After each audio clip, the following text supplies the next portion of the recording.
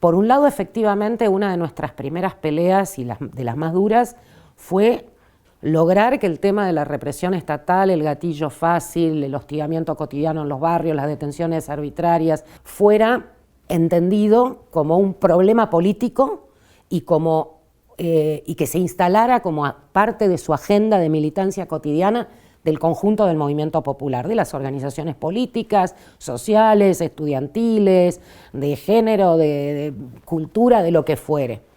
Le pusimos muchísima fuerza a esto de interpelar a las organizaciones y poco a poco la cosa fue entrando. Ahí hubo un actor fundamental que fueron los, ya pasado larga la década del 90, la irrupción de los movimientos de desocupados y desocupadas, lo que hoy llamamos organizaciones sociales, porque por su composición de clase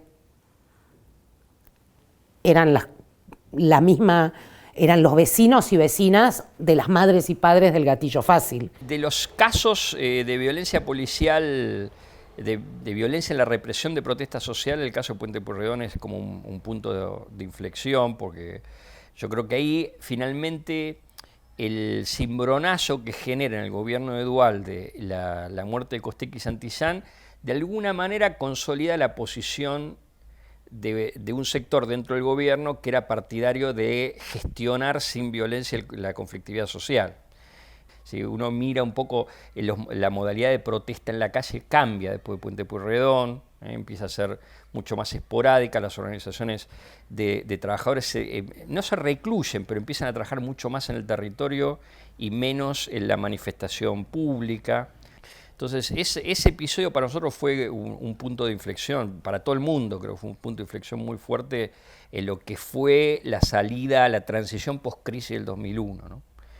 Cuando se acercan las organizaciones de piqueteros a reclamar que el CEL defienda, a que trabajemos en el caso, ya habíamos trabajado antes en otros casos, pero en el asesinato, en el juicio por el asesinato de Costecchi y Santillán, ya el CEL se estaba trabajando protesta social, por eso también se acercan. Por eso digo, no solo trabajamos, por ejemplo, cuando trabajábamos con organizaciones, con el Frente de Darío Santillán, no es que coincidíamos en todo lo que planteaba el Frente de Darío Santillán, pero nosotros no solo éramos los abogados del caso, defendíamos el caso desde un lugar públicamente, nuestras investigaciones también sostenían eso, lo que planteamos en las investigaciones sosteníamos con el Frente de Darío Santillán y participábamos en los actos que hacía el Frente de Darío Santillán. No en todos los actos, pero los actos que tuvieran que ver con el asesinato de Costecchi y Santillán, nosotros participábamos.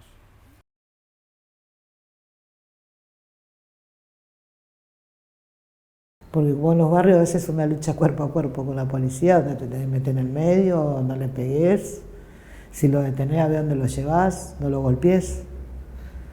Esa es la diferencia de las madres, ¿no? De que ellas lograron un montón de cosas para visibilizar la violación que había de derechos humanos, y nosotras hoy por hoy estamos luchando para que no nos sigan matando los pibes. Yo laburaba dando clases de apoyo, al principio era maestro jardinero allá en Las Tunas, pero después empecé enseguida a laburar con adolescentes cuando decidimos armar un grupo de adolescentes, y ahí la primera charla que surgió con los pibes ya aparecía el problema de la cana. Che, la policía pasa por la esquina, nosotros estamos sentados en la esquina de mi casa y pasan y me pisan los pies con los borcegos, nos verduguean, nos mandan a robar. O sea, aparecían todas esas cosas que después nosotros fuimos identificando como prácticas sistemáticas, y nosotros teníamos muy pocos elementos. Nosotros lo primero que hicimos fue llamar a la Correpi, porque era el único teléfono que había.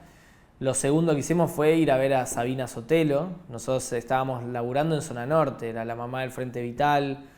Conocimos a Cristian Alarcón y el libro sobre el Frente Vital. Y claro, ellos ya tenían un poco más identificado, bueno, y ahí aprendimos, no vas a la comisaría, vas a la fiscalía. Empezamos a armar nuestra propia red, porque en todos los barrios tenías ese problema. Y eso nos fue llevando de alguna manera a laburar la realidad de los pibes, y que después existía una red armada. Yo desde que tengo uso de razón, que milito y que hay problemas de violencia institucional.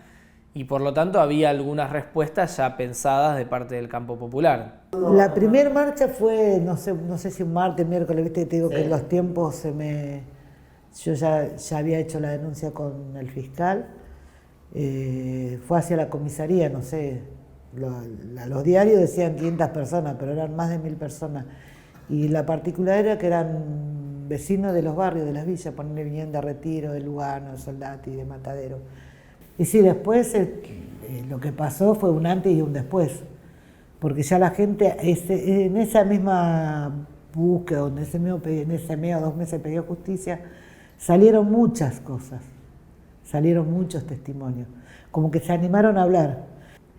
Dentro de todo lo malo surgió esto, ¿no? De que la gente se empezó a animar, más de las villas, ¿no? Quizás pasaba algo en otro lado, salía a la luz, pero las villas era más que salga lo de la delincuencia común que lo que hacía la misma fuerza. Hasta que, bueno, no pasaron ni 10 días que vinieron profesores de su escuela y amigos pidiendo, ¿no?, cuándo va a ser el velorio y todo eso, que no teníamos respuesta, y a animarnos a que por favor empecemos a luchar, porque ellos lo conocían a Nehuen y sabían que no era un chico de andar rápido, alocado, y bueno, y más allá de eso, que veían que siempre, ellos como que conocían más casos de violencia institucional, entonces nos dijeron que nos movilicemos y que empecemos a buscar por lo menos la verdadera historia, ¿no? Nosotros nos parecía que la cosa de cerrarla en la violencia policial te dejaba fuera la violencia judicial, que es como la otra cara de la moneda de la violencia policial. Entonces, está bien, es como el emergente de un problema. Nosotros discutimos mucho esto, porque la violencia policial es el emergente de un sistema que no funciona, de un sistema de exclusión y pobreza, de un sistema judicial clasista que defiende la propiedad privada de los ricos, pero no la vida de los pobres, de un sistema mediático de estigmatización que genera las condiciones para que haya distancia social entre un policía y una persona que está a punto de perder su vida. Y yo creo que lo que nos han quedado son las prácticas enquistadas en las instituciones. Hoy vemos que la tortura se sigue utilizando como método, por ejemplo, de conseguir información. Se liberan zonas, la fuerza de seguridad participando en las redes de delito. Hoy vemos que por ahí, usando el terrorismo, se están habilitando medios preventivos ilegales, se avalan y se justifican. Y con esas cosas tenemos que terminar. Tenemos que terminar con las asimetrías, con las desigualdades. Y uno por eso no puede dejar de luchar con respecto a eso, porque estas cosas no se modifican porque sí. Y por otro lado, los familiares que participan del proceso legal arriban a una sentencia. Los que no participan, las causas quedan en nada, se cerran, quedan archivadas. Que los casos que llegaban a trabajarse y avanzar en la justicia eran los casos que tenían querellas conformadas. Querellas no solamente como el actor dentro del proceso, sino sobre todo por ese acompañamiento social que también acompañaba y abrazaba a esas querellas. Entonces, si no hay militancia que sostenga y que acompañe y que ofrezca una pedagogía de la ternura contra esta pedagogía de la crueldad, no hay forma de que se construyan los casos que reclamen justicia y que pueda haber un montón de hechos que no generen ningún tipo de conmoción social. Hay un montón de muertes que, por las características de las víctimas, nadie se anima a reclamar. Entonces, suceden. Entonces, esas ideas que son donde se embarcan todos estos problemas, son ideas que están en nuestra sociedad. Sin licencia social no hay licencia policial, digamos, para matar. Para construir una seguridad democrática y popular, que es para mí la salida política, digamos, a todo este problema, hay que construir mayoría social. Y vos la mayoría social no la vas a construir en contra de nadie primero, siempre tiene que ser a favor, y tenés que tener estrategias lo más amplias posibles, digamos, ¿no?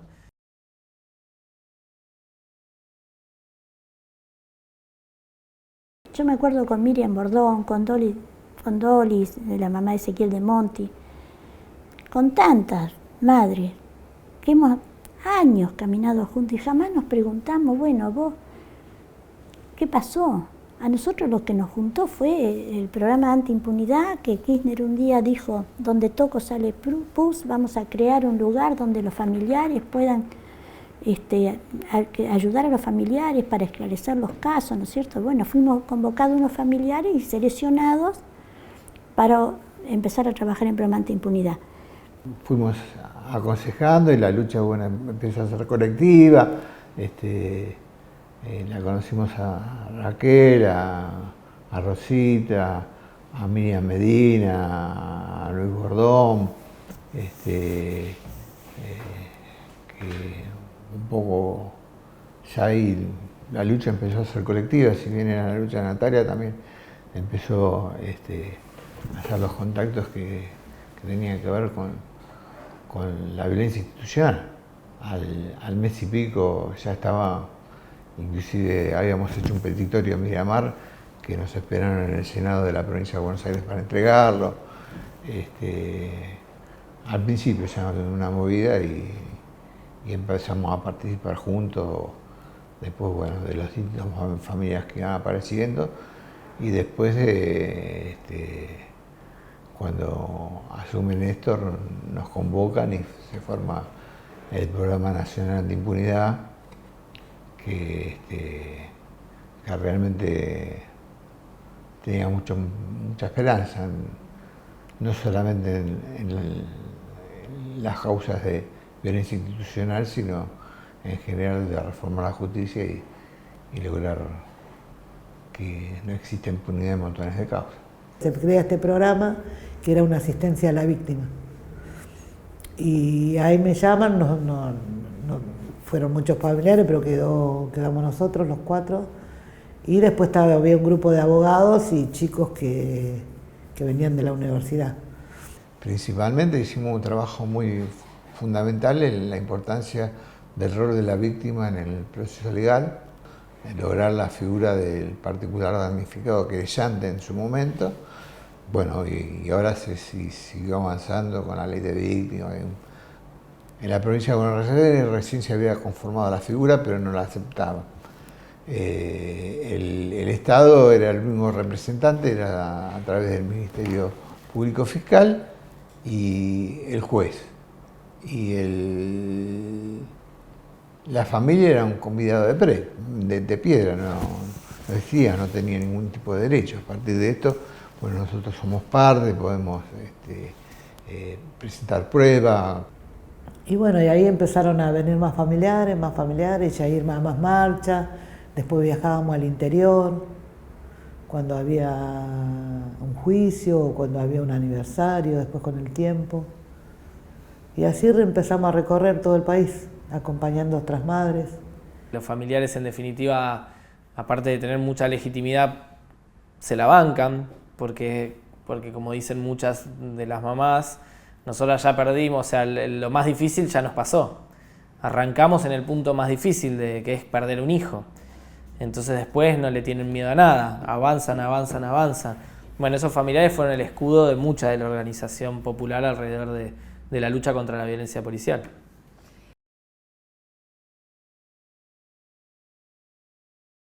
En un momento en el 2009 generamos una cosa que fue muy importante en términos de la creación de un nuevo paradigma de seguridad con perspectiva democrática, que fue uno de los temas centrales del CELS de la Agenda Nueva, digamos, o sea, en plena gobierno de Scioli, que muy equivocadamente desmonta la segunda reforma de León Arcelanian en la provincia de Buenos Aires durante el gobierno de Solá, donde empiezan a aumentar los casos de violencia policial, empieza a aumentar la autonomía de la policía bonaerense. Siempre el tema de la seguridad, aún con el gobierno kirchnerista, siempre se arrastró, digamos, con una vieja deuda de que la seguridad de una u otra manera era delegada a la policía. Y en ese contexto, me acuerdo en el 2009, ya entre olas de inseguridad y de histeria de inseguridad y de demagogia punitiva, le llamamos, o sea, esto de demagogia punitiva como el endurecimiento del sistema penal y de las facultades a la policía como única solución a las demandas de inseguridad, reales o sensaciones, pero legítimas en todo caso, junto con León Arcelanian, con Carlos, creamos lo que fue el Acuerdo de Seguridad Democrática, que fue como una plataforma con representación partidaria de casi todos los partidos, donde estaban en aquel momento partidos de la oposición y del Poder Ejecutivo y del Gobierno Nacional, referencias y organizaciones sociales. Estaba también la Comisión Provincial de la Memoria, movimientos sociales, y presentamos el Acuerdo de Seguridad Democrática, me acuerdo, el 29 de diciembre del 2009, casi a fin de año, en el Salón de los Pasos Perdidos del Congreso. Después viene el Indoamericano y después viene la creación del Ministerio de Seguridad en el 2010 con el nombramiento de Nilda Garré, y eso fue un poco la expresión del paradigma del Acuerdo de Seguridad Democrática en la posibilidad de llevar adelante una política desde el propio Poder Ejecutivo Nacional. De ahí se impulsaron algunas cosas muy importantes. Bueno, ahí hubo algunos, uno tendría que hacer un análisis más largo sobre qué pasó, pero para nosotros fue una experiencia de 2 años, sobre todo el primer año de gestión fue importantísimo, pudo mostrar que se podía trabajar en una política de seguridad que fuera respetuosa de los derechos humanos y que tuviera al mismo tiempo una mirada y un interés muy claro en prevenir los delitos, ¿no? Que es lo que la gente también está interesada. Entonces, y se trabajó mucho sobre la reforma policial ahí. O sea, para nosotros era un punto clarísimo que es difícil entablar políticas de seguridad democrática si al mismo tiempo no se trabaja en reformar las policías. O sea, como las policías son parte del problema, decimos nosotros. Cristina Fernández de Kirchner decidió crear el Ministerio de Seguridad y el discurso que ella dio el 10 de diciembre de ese año es un discurso que marcaba la gestión de ese ministerio en términos de pensar una seguridad que no violara derechos humanos, que tomara en cuenta la conflictividad social como una situación a resolver y no a reprimir. Pero lo que sí hizo el acuerdo es, yo creo que puso en pie un paradigma distinto al paradigma más autoritario y punitivo, digamos, de una única respuesta, aumento de penas, aumento de facultades de policía y aumento de autonomía policial. Acá, digamos, de esto se basaba el acuerdo de 10 puntos, por lo menos en el gobierno político y el gobierno civil de la seguridad, que la seguridad es una cuestión y una responsabilidad de la política, en la cual la seguridad también es multicausal y el abordaje también es multidisciplinario, en el cual las fuerzas de seguridad son una componente, pero no el único, digamos, o sea, políticas sociales, políticas de educación, políticas urbanas. Y ese acuerdo de alguna manera tiene influencia en lo que fue después la creación por parte de Leo Grosso, un diputado del Movimiento Evita, de la creación de la campaña nacional contra la violencia desde el Congreso de la Nación, que es como una especie de... tiene ahí un vaso comunicante con este acuerdo de seguridad, pero en este caso llevado adelante por movimientos sociales, un movimiento político como el Evita, y desde el Congreso.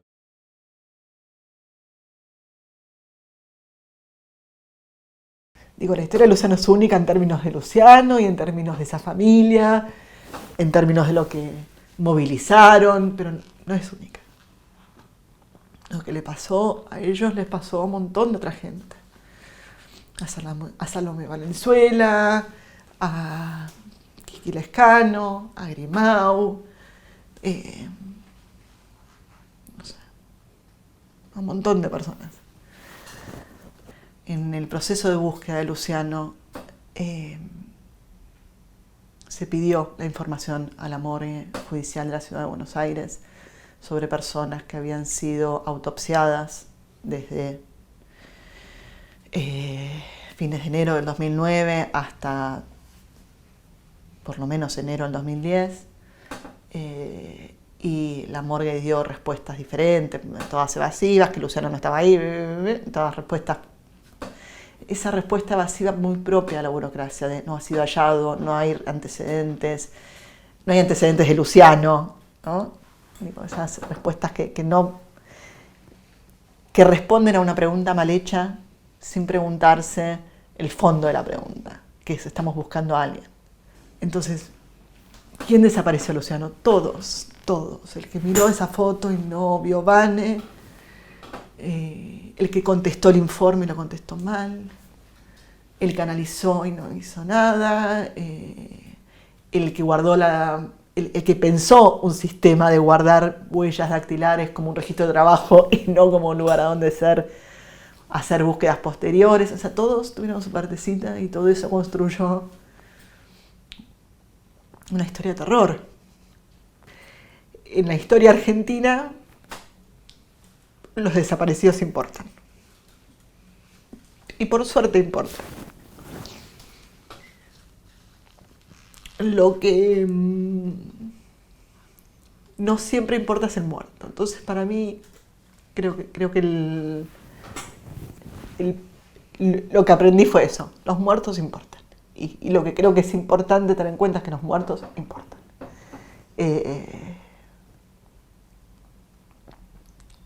Y que entonces no se trata solo de Luciano, o de Salomé, o de Kiki. De buscarlos a ellos, sino de humanizar a esa persona muerta y de tratar de identificarla.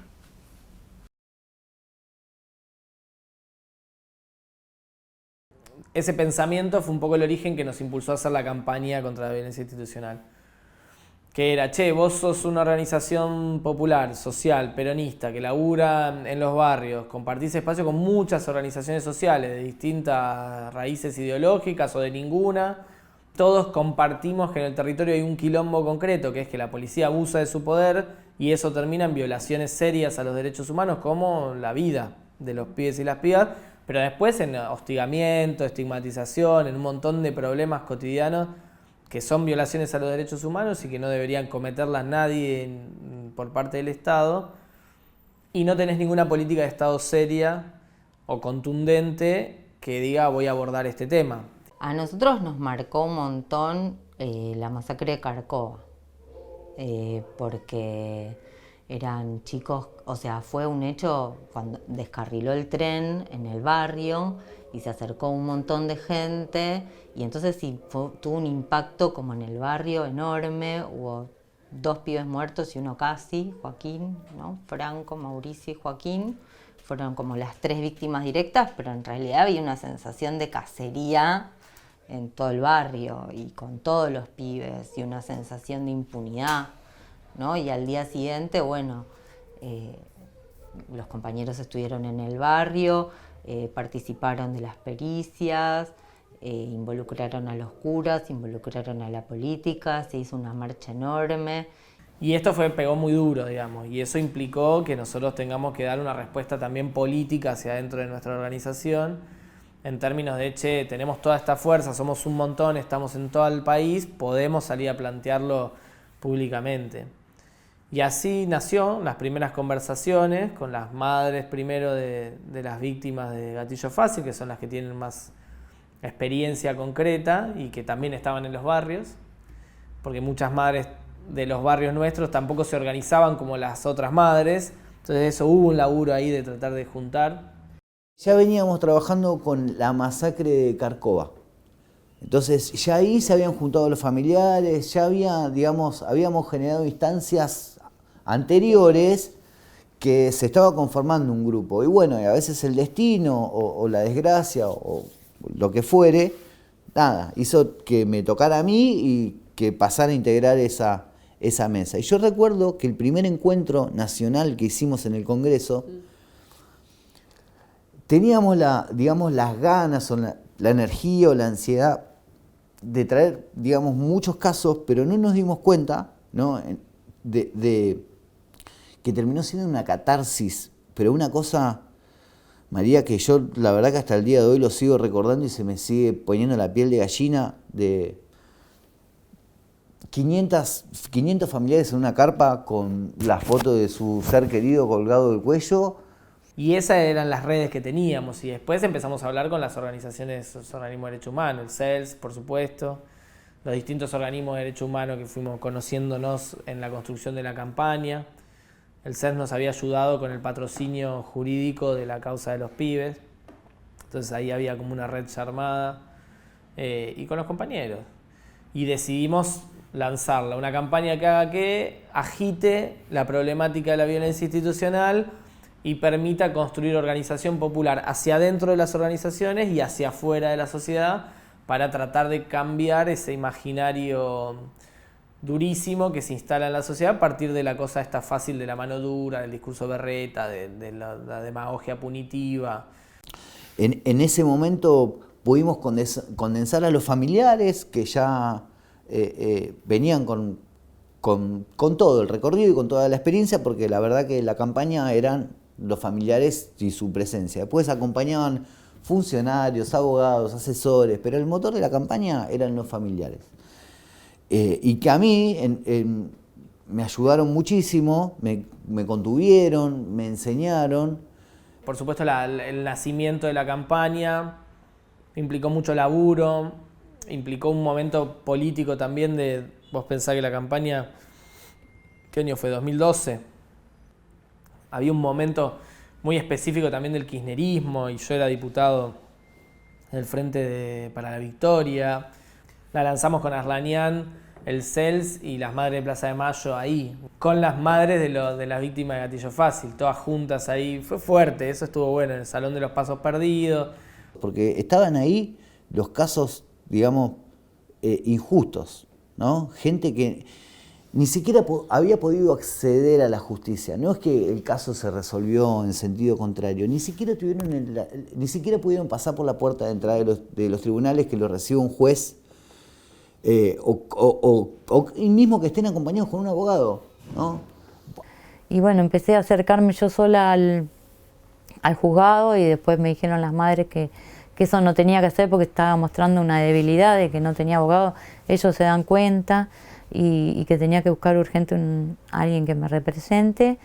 Y vos sabés que justamente me llaman de una asamblea, una reunión que hacían todos los años por el Día de la Violencia Institucional. En el Congreso me llaman de parte de Leo Grosso, y voy. Antes de ingresar, preguntan todo, cómo está tu causa, si tenés abogado, si no tenés abogado. Le dije que estaba desesperada, que estaba sin abogado hacía como 15 días, y que tenía miedo, viste, que me cierren la causa, porque para eso son muy rápidos. Inmediatamente me dijeron, mirá, quédate, que acá te van a dar una charla que está muy buena. Me quedé, me dijo, entre mañana y pasado te llamamos para resolver esto. Y yo, viste, re preocupada, me dije, no me van a llamar, ¿ahora qué hago? Bueno, no, efectivamente al otro día me estaban llamando, y me hicieron todos los papeles para ingresar al programa de Nación, de la Defensoría de Nación de Violencia Institucional. Tuve una entrevista ya con el abogado, en ese momento era Echeverry, que tenía mucha fama y mucho conocimiento con estos casos. Él se presentó conmigo en una audiencia que faltaban 5 días, si no nos cerraban la causa. Y bueno, cuando entramos en la audiencia fue increíble, porque se quedaron recontra asombrados de que entré con un abogado, y que bueno, un abogado reconocido, y porque ya pensaban que lo tenían ganado, que ya me habían corrido de escena. Y bueno, y ahí empezó todo, ¿no? O sea, en el primer momento que fui institucionalista, nosotros peleábamos porque el Estado tenga política pública, y no sé, logramos, la Defensoría tiene una Defensoría específica, la Fiscalía, yo estuve en el lanzamiento de la Fiscalía, la Procubin, digamos, la Secretaría de Derechos Humanos tiene un área, ahora hasta señaliza los lugares de violencia institucional y tiene un área específica. Los municipios que tienen áreas de derechos humanos o las provincias tienen cosas de violencia institucional.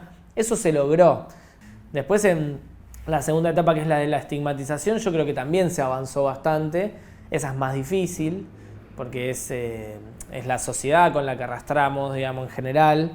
Pero hay una cosa, inclusive en la defensa de los propios pibes, ¿viste? Contra la discriminación y contra la estigmatización de los barrios populares y demás, es más estructural.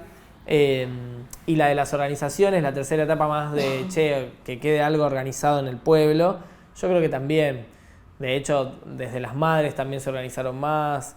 Fue un proceso de empuje de esa discusión, Y yo creo que la campaña lo que hizo fue como abordar bien la visibilización de experiencias populares que se daban en los territorios y en las familias, y que de alguna manera regó mucho más todo ese proceso que se estaba dando.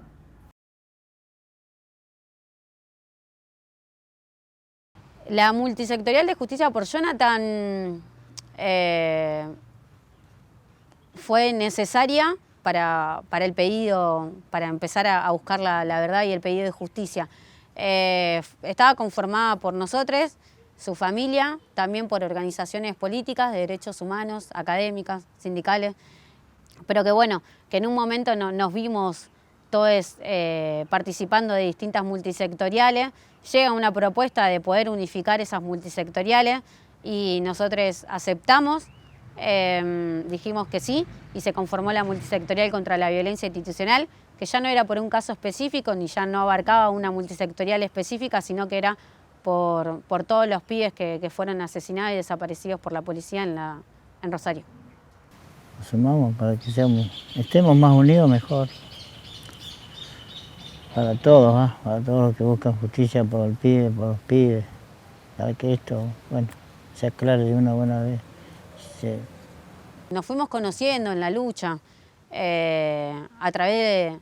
Organizábamos festivales, organizábamos distintas actividades para poder visibilizar la lucha, la causa en sí, y ahí hemos conocido otros familiares que se iban acercando, que se iban enterando y que también estaban en una misma situación, en un pedido concreto al Estado, y ahí fue como empezamos a tener lazos más fuertes con otros familiares y también darnos cuenta nosotros que no éramos los únicos que estábamos atravesando esa situación, que no era un caso aislado y que no era Jonathan la única persona a la que le había sucedido eso.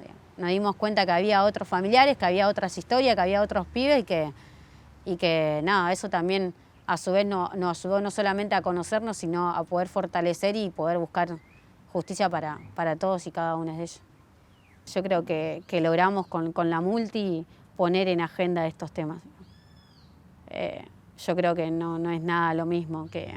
Y de hecho porque también he preguntado, porque me ha nacido la curiosidad. Antes yo no conocía nada de lo que sucedía y después de ahí, después de haber perdido a mi hermano, empecé a conocer y sé que no es lo mismo la existencia de la multisectorial hoy en día a antes, que no existía nada y que se hablaba poco o nada.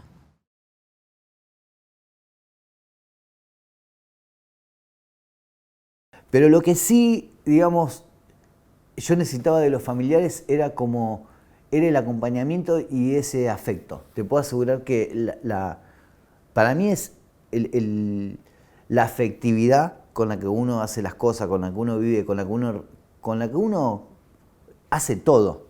Para mí es determinante. O sea, va a ser, por más que uno esté triste, si tiene afecto alrededor, podés construir la felicidad. O sea, porque el afecto todo lo repara. Y el afecto me refiero a veces, no me interesaba no es que no me interesaba, me importaba más que me den un abrazo, ¿entendés? Y que en esos 5 minutos de llanto me abracen fuerte a que ponernos a charlar. Porque a veces llena y repara más el abrazo que las palabras. Y bueno, sí, familiares se acercaron, después también me enteré de lo de Darío y Maxi Santillán por la Darío, y bueno, todo eso me fue poniendo un poco en tema de cómo moverme, cómo ir a marchas, donde encontrar familiares y que me apoyaran y que me contaran, ¿no?, cómo siguieron, y todo eso es muy lindo.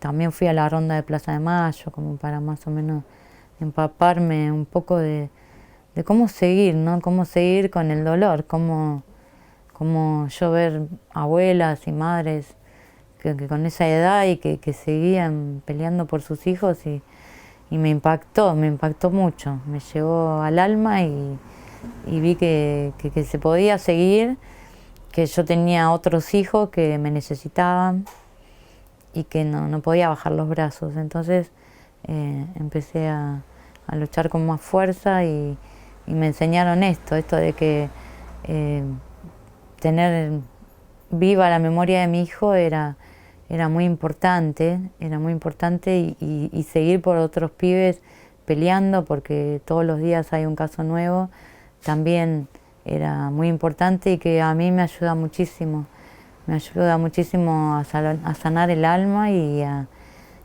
salir a las calles y encontrarme con estas madrazas que pasaron tanto tiempo y bueno, y que siguen peleando. Particularmente me pasaba que, sobre todo siempre las que emprenden más la lucha son las madres, ¿no? Bueno, tenemos historia en la Argentina de que son las madres las que ponen la cara. Y con esto de ser la más chica, siempre me tuvieron como, vení nena, vení nena, vení nena entre todos. Así que era eso, yo sabía cómo, no sé si sabía, pero creo que entendía cómo hablarles o cómo quedarme con ellas cada vez que rompían en llanto. Porque yo tenía a mi mamá que lo hacía todos los días. Entonces, me resultó, no fácil, pero era, yo entiendo por lo que estás pasando. A mí no me tenés que explicar por qué estás llorando. ¿Por qué si te estabas riendo hace 2 segundos de la nada estás llorando?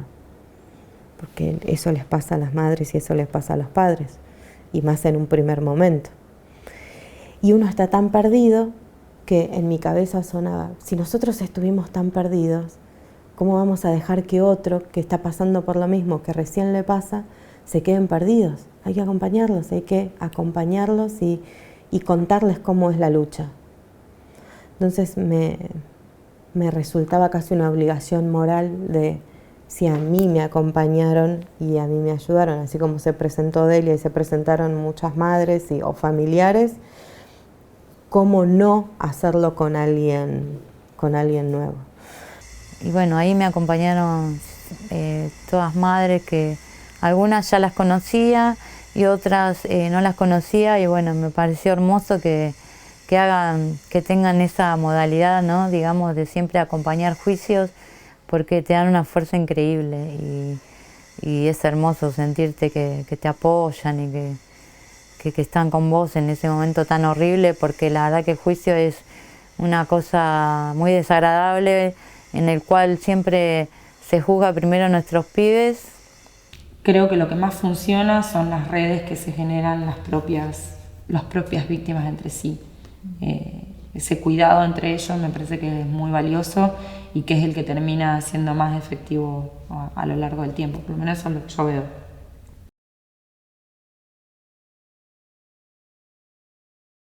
Mentían, los medios de comunicación, sobre todo los hegemónicos, mentían un montón. La primera versión que se relataba era la de la policía, y la policía mentía de cómo habían sucedido los hechos. Y no solamente en nuestro caso, sino que es lo primero que se relevaba, digamos, en todos los casos, digamos. Sí, nos habíamos enterado en el velorio que había un canal de televisión que había empezado a pasar imágenes desde las 4:30 de la mañana. O sea, la policía, en vez de avisarle a la familia, le avisó a este canal de televisión. Cuando nosotros los llamamos para decir, bueno, vengan, y nosotros le contamos nuestra versión, qué es lo que nosotros sabemos, nos dijeron, no, nosotros nos quedamos con la versión de la policía. Yo recuerdo muy casos concretos donde la policía culpaba a nuestros pibes de sus propias muertes, donde los medios reproducían eso. Y fue un retrabajo de la multisectorial, sobre todo luchar contra eso, para que nuestras versiones sean escuchadas y que empiece a ser la oficial, digamos, por así decirlo. Bueno, es fundamental porque visibiliza el caso, y si visibiliza el caso también le da una centralidad que lamentablemente, porque funciona así, el Poder Judicial muchas veces funciona como presión. Como, está todo el mundo hablando de este caso como, tengo que trabajar bien. Porque estos casos, la otra pata que no tienen es la visibilización de los medios. Cuando llega a los medios hegemónicos, llega siempre con una versión que no es la verdadera, que no es que no está sacada de los familiares, ¿no? Sino que cuentan la historia que ellos quieren, porque siempre se informan con la policía, siempre se informan con la fuerza que estuvo actuando, los medios lo replican. Una de las primeras coberturas, ¿no? Que creo que, no sé si una de las primeras o la primera había sido de ámbito financiero. Si iba un diario que nada que ver con hechos policiales, pero que decían que policía de la bonaerense mata a presunto ladrón. Pero ya a las 2 horas, ya no se podía hablar de presunto ladrón. Ya a las 2 horas hablaban de matan en un confuso episodio, matan a jugador de fútbol. Y ya a las 6, 7, 8 horas al mediodía del otro día, era asesinan a un jugador de fútbol de Banfield en un caso de gatillo fácil. La realidad es como, mi hermano era un jugador de fútbol, digamos, padre de familia, una familia bien, era como el pibe que la sociedad quiere, ¿no? Entonces, también ahí uno empieza a ver cómo operan ciertos prejuicios, a favor o en contra, no importa, pero siempre están operando, porque ahí operó un prejuicio. Pero cómo, por ser jugador de fútbol, y ya la situación no se ponía en duda a las horas. Y hay casos que han pasado años y todavía sigue en tela de juicio la responsabilidad penal. ¿Pero por qué? Por el estatus social. Ha sido Brian Vespucio, por esto de la calidad de víctima, si una víctima es más matable o una víctima no es matable, o qué cercanía puede tener uno con esa víctima, o si lo ve, si se aporta toda la estigmatización social que uno hace que en parte termine distanciándose de la víctima, y eso cómo juega en la militancia o en la opinión pública sobre todo. Digo, el rol de los medios para formar la imagen de esa víctima es crucial. Entonces, si vos tenés un medio que va al barrio, cuenta la historia de vida de esa persona, lo humaniza de tal forma de que las personas se empiezan a acercar a esa víctima, va a tener una repercusión no solamente de la nota, sino también, imagino yo, de la militancia y sobre todo también, insisto, de la opinión pública, ¿no? o de la respuesta social que se le pueda dar a ese caso, que si van solamente con la versión oficial y no hablan de esa víctima. Quiero hacer hincapié sobre todo en los medios alternativos que para nosotros fueron fundamentales, donde ahí sí teníamos la oportunidad de ser escuchados y de contar nuestra historia, pero que también eso nos llevaba a poder vincularnos o encontrar aliados, como, no sé, recuerdo a Sonia Tesa, recuerdo a algunos otros periodistas particulares que nos ayudaban, como el Diario Ciudadano, que siempre nos dio el espacio, también la Radio Universidad, que también nos dio el espacio para poder contar nuestra verdad y demás. Y eso hizo que después, de a poco, vayamos empujando y que los grandes medios puedan tomar y puedan escucharnos.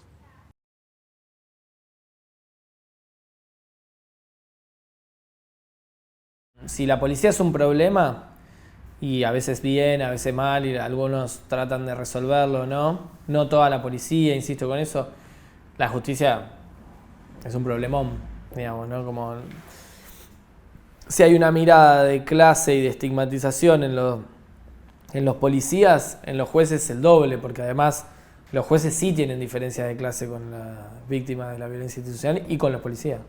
La distancia que existe entre la justicia y la sociedad argentina hace que haya una mala administración de justicia en general y en este caso en particular. Yo estuve en juicios, muchos juicios de violencia institucional, y los jueces no le entienden a las personas normales qué dicen, cuando los dicen y cómo lo dicen, ¿no? No entienden. Si va un pibe ahí y le dice, no, ese Cobani, no sé qué, no entienden, se perdieron. No saben cómo habla la gente, no entienden. Entonces, ese nivel de distancia, que es la misma distancia que hay construida culturalmente entre un policía y una víctima de esa violencia institucional, no te permite jamás administrar justicia, digamos, ¿no? Entonces, ahí hay un problema grande que para mí es el puntal de la violencia institucional, que si nosotros no lo resolvemos, y yo creo que eso se resuelve modificando la justicia y con mucha movilización popular, digamos. El valor del juicio no tiene precio. O sea, que existe un juicio ya repara por sí solo. Después, obviamente, uno quiere que haya justicia en un sentido más, no, las víctimas quieren, ¿no? Y uno también quiere que haya un reconocimiento de eso que se vio en el juicio, reflejado en una decisión concordante, coincidente con lo que se vio, con lo que se pudo probar, ¿no? Si hay algo que podemos decir más allá de pensar en la efectividad de estos procesos que a mí me viene dejando la experiencia por todos los casos en los que tuve que intervenir, en los que tuve el tratamiento con las víctimas, es que en general, incluso obteniendo buenos resultados en el sistema penal, la respuesta deja gusto a poco, porque hay como sí una canalización del castigo, hay una puesta en limpio de qué pasó y quizás alguna explicación de por qué pasó, pero en eso se queda, ¿no? En una respuesta punitiva, pero que quizás no responde integralmente a la necesidad de las víctimas, o por lo menos en los casos en los que a mí me ha tocado representar a víctimas, hay una expectativa muy grande y que cuando sucede la sentencia, por más que incluso sea una sentencia que uno puede decir es justa, no termina de llenar el vacío que deja una víctima de una violación de derechos humanos. Te puedo asegurar, terminé de declarar y me sentí aliviado. O sea, y cuando terminó el juicio me sentí mucho más aliviado y como con la posibilidad de decir, bueno, ahora sí puedo llorar tranquilo. O sea, esa fue la sensación. Y eso fue también lo que yo buscaba, ¿no? Como decir, bueno, se terminó esta etapa judicial, pues a veces no, siempre en estas situaciones está atada el dolor de la víctima con el proceso judicial, no se pueden desvincular. Y es algo que, digamos, el sistema jurídico no está preparado para eso, no está preparado para trabajar con víctimas, para comprenderlas, para... nada, para nada. Las víctimas es una parte, ¿entendés? No son personas, son partes, así. Entonces, un poco era esto, ¿no? De decir, bueno, nada, terminar el juicio y poder sentarnos a llorar tranquilo, ¿no? O a llorar sin preocupaciones, sin... Claro. Entonces, obtener justicia es un paso sumamente importante. Me imagino que puesta en las mismas circunstancias y en el mismo momento volvería a ser exactamente lo mismo. Pero creo que es un precio muy alto el que se paga por la obtención de justicia, ¿no? Entonces a uno le queda esto de decir, esto lo tiene que llevar a cabo otras entidades o las organizaciones, porque si no siempre es pedirnos mucho a los familiares, ¿no? No poder transitar un duelo, digo, todos los familiares transitamos un duelo 20 años después. Y eso es tremendo para cualquier estructura psíquica. Nosotros tuvimos la suerte de poder reconstruir la imagen de Javier y sanar a través del arca. Otras personas lo han hecho a través de comedores, de merenderos, de representaciones donde el muerto no murió, está más vivo que nunca, ¿no? Y está recordado. Y recuerdo personalmente haber estado pensando mucho tiempo, cuando supe la fecha del juicio, haber pensado mucho tiempo qué hacer, cómo mostrar eso, lo que queríamos y esa necesidad que teníamos de mostrarle, sobre todo a Rosario quién era Jonathan y la historia que hay detrás de esos pibes. Y el día del inicio del juicio se llevó adelante la obra teatral de Justicia por Jonathan Herrera. Entonces pensamos mucho, a partir de esa situación, con un grupo de compañeras empezamos a darle mucho más valor a las otras estrategias, ¿no? Por ejemplo, para Luciano en su momento hicimos una plaza en el barrio con el nombre de Luciano, o un mural en la escuela donde iba el pibe, o como las estrategias de memoria de un barrio que recuerda esa vida son mucho más importantes que las estrategias jurídicas para construir esa conciencia, para que no dejemos pasar... que no naturalizar estas muertes, estas violencias sutiles tampoco, que podamos como a partir de esto generar una discusión, un diálogo, una posición colectiva.